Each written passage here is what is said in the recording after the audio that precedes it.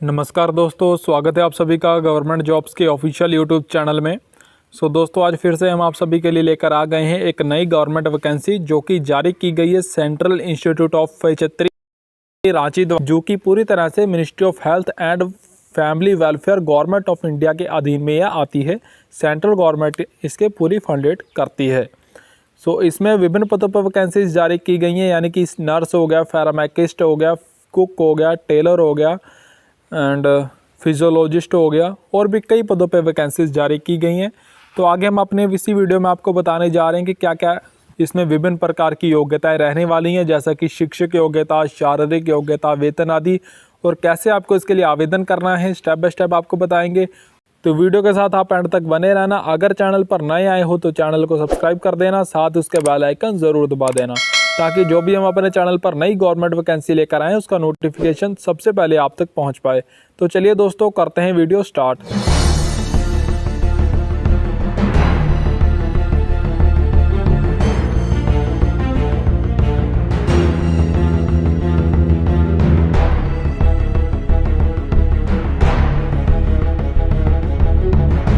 सबसे पहले आपको ले जाते हैं इनके ऑफिशियल एडवर्टाइजमेंट पे, यानी कि विज्ञापन पे, जो कि इनकी ऑफिशियल वेबसाइट पे जारी किया गया है।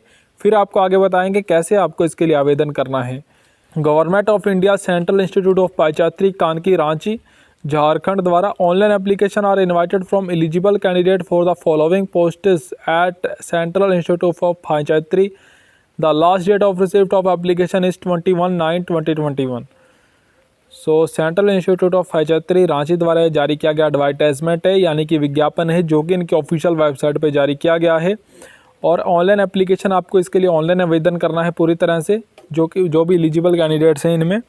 जो लास्ट डेट है वो 21 सितंबर 2021 इसमें लास्ट डेट है। बहुत ही कम दिन बचे हैं दोस्तों, जितनी जल्दी हो सके उतनी जल्दी इसके लिए आवेदन करने। लास्ट डेट का इंतजार ना करना, क्योंकि लास्ट वाले दिन अगर आप अप्लाई करोगे तो बहुत ही कम चांसेस होते हैं आप अप्लाई कर पाओ, क्योंकि मोस्टली साइट्स बिजी आ जाती हैं। मोस्टली बहुत से स्टूडेंट्स के लिए आवेदन नहीं कर पाते हैं। तो कोशिश करना लास्ट डेट से पहले आवेदन इसके लिए कर दें। इसमें जो पहली पोस्ट है वो क्लिनिकल फिजियोलॉजिस्ट की पोस्ट पर एक ही वैकेंसी जारी की गई, वो भी जनरल कैटेगरी के लिए, सामान्य जाति के लिए। इसमें स्केल ऑफ पे आपको जो दिया जाएगा, यानी कि आपको जो इसमें वेतन दिया जाएगा, सैलरी, जो कि आपके लेवल 7 के अंतर्गत आपको इसमें दी जाएगी, जो कि 1,42,400 रुपये पर मंथ की रहेगी। और प्लस और भी अलाउंसेस आपको इसमें दिए जाएंगे, जैसे कि dearness allowances, house rent allowances, medical allowances, transport allowances, और भी बेसिक अलाउंसेस आपको इसमें दिए जाएंगे। प्लस आपकी जो सैलरी है वो भी आगे आपके एक्सपीरियंस और प्रमोशंस के अकॉर्डिंग बढ़ती रहेगी।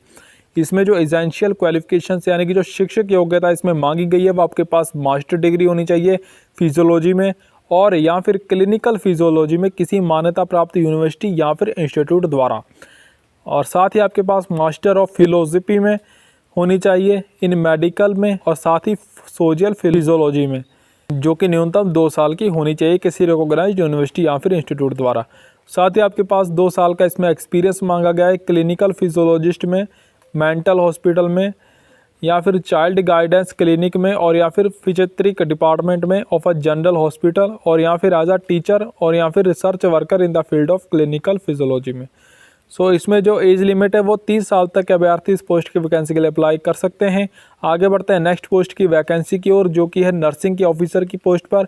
इसमें 45 वैकेंसी इस पोस्ट पे जारी की गई हैं कुल, जिसमें से जनरल की UR की 20 हैं, SC की 7 हैं, ST की 3 हैं, OBC की 11 हैं, AWS जो इनकी जो इकोनॉमिकली वीकर सेक्शन से जो आते हैं उनकी 4 हैं, और PWD की 1 है।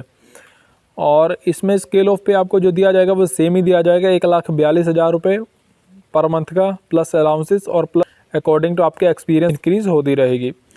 क्वालिफिकेशन जो है इसमें शिक्षक योग्यता BSc हॉनर्स में होनी चाहिए, nursing from a recognised university और या फिर इंस्टीट्यूट पर द्वारा। साथ ही आपके पास रेगुलर कोर्स होना चाहिए, BSc नर्सिंग आपकी रेगुलर होनी चाहिए किसी रिकॉग्नाइज्ड यूनिवर्सिटी द्वारा। साथ ही आपका इसमें रजिस्ट्रेशन होना चाहिए स्टेट नर्सिंग काउंसिल में। और या फिर आपके पास ऑप्शन बी है, जो कि डिप्लोमा होना चाहिए GNM में किसी मान्यता प्राप्त बोर्ड या फिर काउंसिल द्वारा। साथ ही आपके पास इसमें न्यूनतम 1 साल का एक्सपीरियंस होना चाहिए 50 बेडेड हॉस्पिटल में आफ्टर एजुकेशन क्वालिफिकेशंस। यानी कि इसमें 2 प्रकार की आपकी शैक्षिक योग्यता इसमें मांगी गई है, या फिर आपके पास BSc नर्सिंग होनी चाहिए हॉनर्स में किसी रिकॉग्नाइज्ड यूनिवर्सिटी या फिर इंस्टीट्यूट द्वारा। साथ ही आप रजिस्ट्रेशन होने चाहिए, स्टेट नर्सिंग काउंसिल द्वारा पंजीकरण आपका होना चाहिए अनिवार्य इसमें। और या फिर आपके पास डिप्लोमा होना चाहिए जीएनएम में किसी रिकॉग्नाइज्ड बोर्ड या फिर काउंसिल द्वारा। साथ ही आपका न्यूनतम इसमें 1 साल का एक्सपीरियंस होना चाहिए 50 बेडेड हॉस्पिटल में। एज लिमिट है इसमें वो कैटेगरी वाइज कुछ रहेगी। इसमें 30 साल तक अभ्यर्थी जो कि जनरल और ईडब्ल्यूएस कैटेगरी से बिलोंग करते हैं अप्लाई कर सकते हैं। 35 साल तक अभ्यर्थी SC/ST के लिए, 33 साल तक की है OBC के लिए, 40 साल तक की है इसमें यानी कि जो फिजिकली हैंडीकैप्ड विकलांग है वो जनरल और ईडब्ल्यूएस कैटेगरी से बिलोंग करते हैं, वो 40 साल तक के। फिजिकली हैंडीकैप्ड हैं वो 45 साल तक के कर सकते हैं जो कि SC/ST कैटेगरी से बिलोंग करते हैं। 43 साल तक के फिजिकली हैंडीकैप्ड कैंडिडेट कर सकते हैं जो कि OBC से बिलोंग करते हैं। आगे बढ़ते हैं नेक्स्ट पोस्ट की वैकेंसी की ओर, जो कि है असिस्टेंट फिजियोलॉजिस्ट की पोस्ट पर। इसमें एक ही वैकेंसी जारी की गई है, वो भी UR के लिए यानी कि जो सामान्य जाति के लिए। स्केल ऑफ पे जो आपको दिया जाएगा वो लेवल 6 के अंतर्गत दिया जाएगा। 1,12,400 रुपये प्लस अलाउंसेस सेंट्रल गवर्नमेंट द्वारा जो भी एम्प्लॉयज़ को मुहैया करवाए जाते हैं, और प्लस ये आपकी सैलरी जो है अकॉर्डिंग टू एक्सपीरियंस और प्रमोशंस के बढ़ती रहेगी। शैक्षिक योग्यता इसमें जो है वो आपके पास मास्टर डिग्री होनी चाहिए फिजियोलॉजी में या फिर क्लिनिकल फिजियोलॉजी में किसी मान्यता प्राप्त यूनिवर्सिटी या फिर इंस्टीट्यूट द्वारा, और या फिर आपके पास बैचलर डिग्री होनी चाहिए फिजियोलॉजी में या फिर क्लिनिकल फिजियोलॉजी में किसी मान्यता प्राप्त यूनिवर्सिटी या फिर इंस्टीट्यूट द्वारा। न्यूनतम 2 साल का एक्सपीरियंस होना चाहिए क्लिनिकल फिजियोलॉजी में किसी रिकॉग्नाइज्ड गवर्नमेंट रिकॉग्नाइज्ड हॉस्पिटल द्वारा। इसमें 2 प्रकार की शैक्षिक योग्यता मांगी गई है, जिसमें से आपके पास कोई एक इसमें होनी अनिवार्य है, या फिर ऑप्शन बी वाली या फिर ऑप्शन ए वाली। एज लिमिट है इसमें नॉट एक्सिस्टिंग 30 ईयर्स, यानी कि इसमें 30 साल से ज़्यादा तक के अभ्यर्थी इस पोस्ट की वैकेंसी के लिए नहीं अप्लाई कर सकते। 30 साल तक के अभ्यर्थी इस पोस्ट की वैकेंसी के लिए अप्लाई कर सकते हैं। आगे बढ़ता है नेक्स्ट पोस्ट है जो फार्माकिस्ट की पोस्ट पर एक ही वैकेंसी जारी की गई है, वो भी UR के लिए सामान्य जाति के लिए। स्केल ऑफ पे आपको जो इसमें दिया जाएगा वो 92,300 रुपये पर मंथ का स्टार्टिंग सैलरी, जो कि आगे भी आपकी एक्सपीरियंस और प्रमोशंस के अकॉर्डिंग बढ़ती रहेगी। प्लस अलाउंसेस आपको इसमें दिया जाएंगे जो कि सेंट्रल गवर्नमेंट द्वारा एम्प्लॉयज़ को मुहैया करवाए जाते हैं। क्वालिफिकेशन इसमें तो बहुत ही कम है, क्लास 12 मांगी गई है। साइंस सब्जेक्ट के द्वारा आपके पास क्लास 12 पास होनी चाहिए किसी रिकॉग्नाइज्ड बोर्ड द्वारा, यानी कि इसमें 12वीं आपकी साइंस स्ट्रीम द्वारा पास होनी अनिवार्य है। 2 साल का आपके पास इसमें डिप्लोमा मांगा गया है जो कि फार्मेसी में होना चाहिए किसी रिकॉग्नाइज्ड यूनिवर्सिटी द्वारा, और साथ ही आपका इसमें पंजीकरण होना चाहिए स्टेट फार्मेसी काउंसिल में, यानी कि आप रजिस्टर्ड हुए होने चाहिए स्टेट फार्मेसी काउंसिल द्वारा। एज लिमिट इसमें 18 से 25 साल तक के अभ्यर्थी इस पोस्ट की वैकेंसी के लिए अप्लाई कर सकते हैं। आगे बढ़ते हैं नेक्स्ट पोस्ट की वैकेंसी की ओर, जो कि नीडल फॉर वुमेन की पोस्ट पर एक ही वैकेंसी जारी की गई है, वो भी SC के लिए। स्केल ऑफ पे इसमें जो 63,200 रुपये पर मंथ का वेतन रहेगा, जो कि आगे भी आपका एक्सपीरियंस के अकॉर्डिंग बढ़ता रहेगा। क्वालिफिकेशन इसमें बहुत ही कम है, क्लास 12th पास होनी चाहिए, यानी कि क्लास 10th पास होनी चाहिए किसी रिकॉग्नाइज्ड बोर्ड द्वारा। ITI सर्टिफिकेट होना चाहिए embroidery and needle work trade में, और 1 साल का न्यूनतम एम्ब्रॉयडरी और नीडल वर्क में आपके पास एक्सपीरियंस होना चाहिए। एज लिमिट है वो 30 साल तक के अभ्यर्थी SC के लिए ही इसमें अप्लाई कर सकते हैं, वो भी 30 साल तक के अभ्यर्थी। आगे बढ़ते हैं नेक्स्ट पोस्ट की वैकेंसी की ओर, जो कि टेलर की। इसमें एक ही वैकेंसी जारी की गई है, वो भी सामान्य जाति के लिए UR के लिए।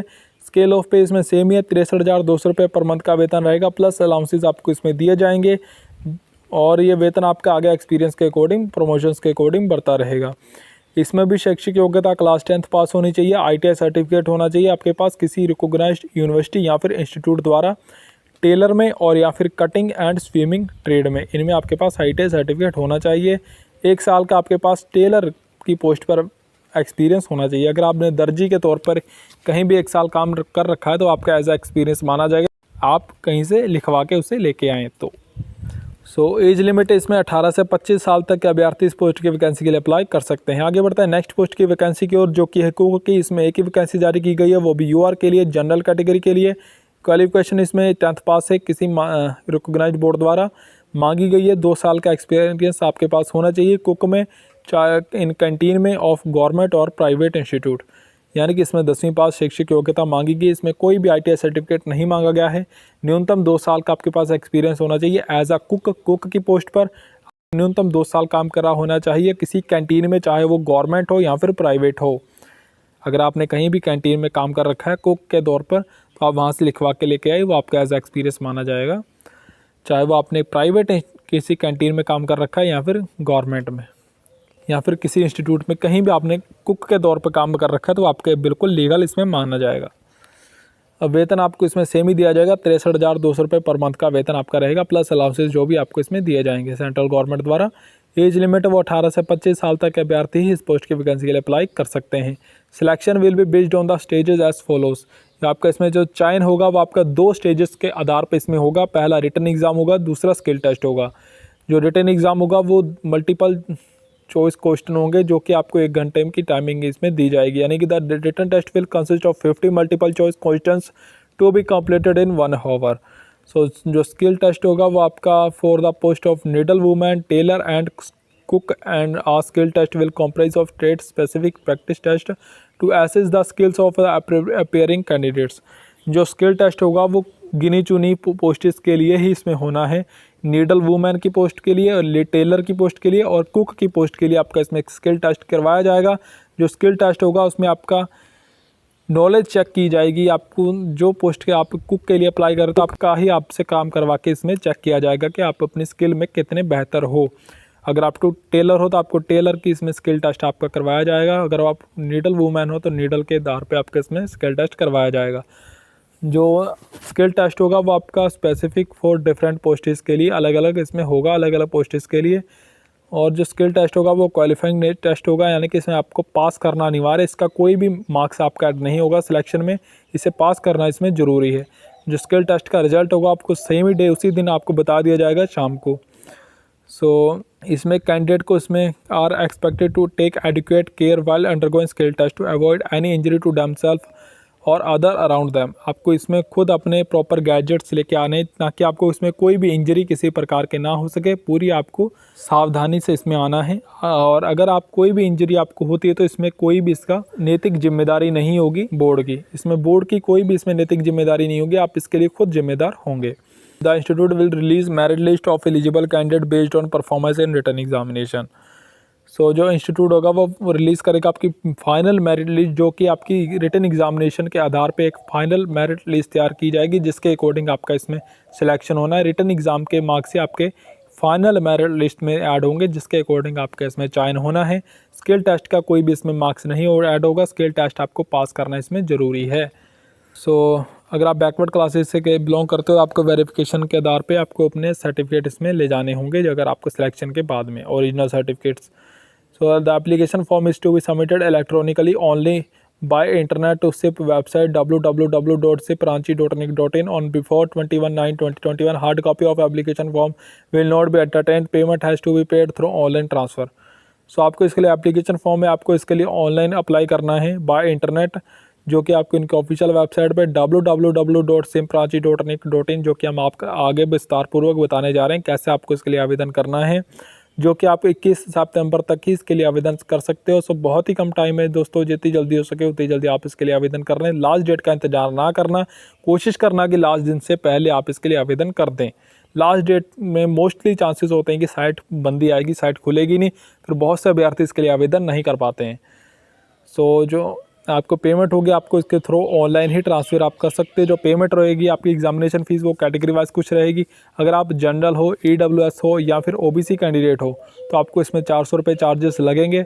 अगर आप SC ST कैंडिडेट्स हो तो आपको इसमें 300 रुपये चार्जेस लगेंगे, जो कि आपको पे करने हैं। अमाउंट शुड बी पे online only in the bank of Baroda, जो कि इनके आपको डिमांड ड्राफ्ट के थ्रू आप इसे जमा कर सकते हो। कैंकी branch in favour of account name है सेंट्रल इंस्टीट्यूट ऑफ पेचत्री, अकाउंट नंबर है आपके सामने दे रखा है, IFSC कोड भी दे रखा है, 50 कैरेक्टर इस 0 एंड MICR कोड भी दे रखा है। इसमें जो आपकी फ़ीस रहेगी जो नॉन रिफंडेबल रहेगी, आपको इसमें वापस नहीं मिलनी है जी, अगर आपने एक बार जमा करवा दी तो।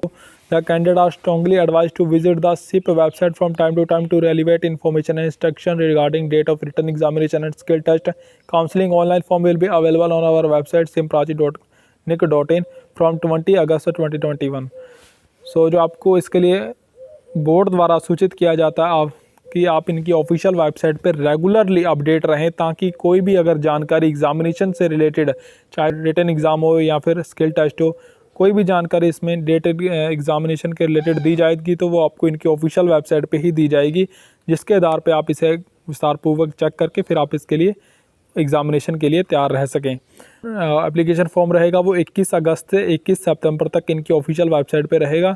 सो 1 महीने तक ये ऑनलाइन एप्लीकेशन फॉर्म इनकी ऑफिशियल वेबसाइट पे रहेगा।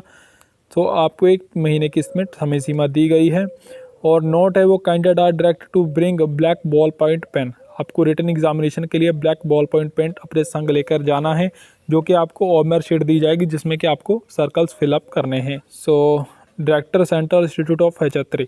सो दोस्तों आगे आपको बताते हैं कैसे आपको इसके लिए आवेदन करना है और कैसे एडवर्टाइजमेंट यानी कि विज्ञापन इनकी ऑफिशियल वेबसाइट से डाउनलोड करना है। तो दोनों ही लिंक हमने अपनी इसी वीडियो के नीचे डिस्क्रिप्शन बॉक्स में दे रखे हैं, इनके ऑनलाइन एप्लीकेशन फॉर्म का भी और साथ ही एडवर्टाइजमेंट का, विज्ञापन का, जो कि आपके अभी सामने आ रहा है, जो कि हमने आपको अभी दिखाया है विस्तारपूर्वक। अगर आप इनका ऑनलाइन एप्लीकेशन फॉर्म पे लिंक पे क्लिक करोगे तो आप सीधा इनके ऑफिशियल वेबसाइट के रिक्रूटमेंट पोर्टल पर जाके उसके लिए आवेदन कर सकते हो। अगर आप एडवर्टाइजमेंट के लिंक पे क्लिक करोगे तो आप एडवर्टाइजमेंट डाउनलोड करके, जो कि इनकी ऑफिशियल वेबसाइट पे मौजूद है, आप अच्छी तरह से विस्तारपूर्वक देख के फिर आप इसके लिए आवेदन कर सकते हो। तो आशा करते हैं दोस्तों आज की वीडियो आप सभी को बढ़िया लगी होगी। तो जो भी फ्रेंड्स हमारे चैनल पर नए आए हों, चैनल को सब्सक्राइब कर दें, साथ ही उसके बेल आइकन ज़रूर दबा दें, ताकि जो भी हम अपने चैनल पर नई गवर्नमेंट वैकेंसी लेकर आएँ उसका नोटिफिकेशन सबसे पहले आप तक पहुँच पाए।